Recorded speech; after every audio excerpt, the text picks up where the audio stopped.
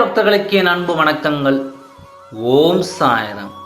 என் அன்பு குழந்தையே, நீ எதிர்பார்த்த விரும்பிய நபரே உன் கண்முன்னே கொண்டு வந்து உன் சாயப்பா நான் சேர்க்கப் போகிறேன்.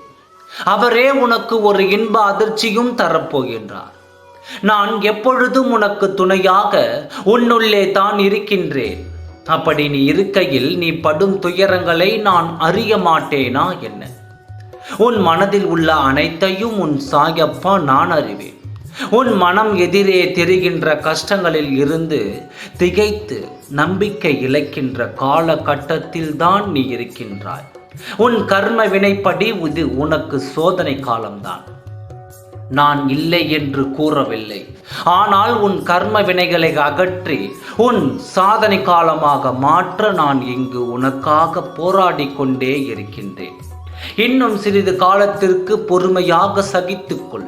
உன் நம்பிக்கை என்னும் சக்திகளை திருப்பி உன் துயரங்களை கண்டு அஞ்சாமல் போராடு. இன்னும் சிறிது காலத்தில் நீ நேசிப்பவர்கள் யாராக இருந்தாலும் அவர்களையும் உன் கண்முன் தோன்ற வைப்பேன். நீ இவர்களை தானே இத்தனை நாட்களாக தேடிக்கொண்டிருந்தாய்.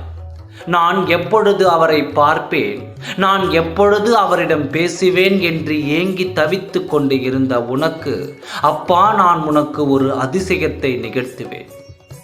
ஒரு அற்புதத்தை நிகழ்த்தி அவரே உன்னை தேடி வரும்படி செய்வேன். அது உனக்கு இன்ப அதிர்ச்சியாக கூட இருக்கலாம். இப்பொழுது நீ சந்தோஷமாக இரு.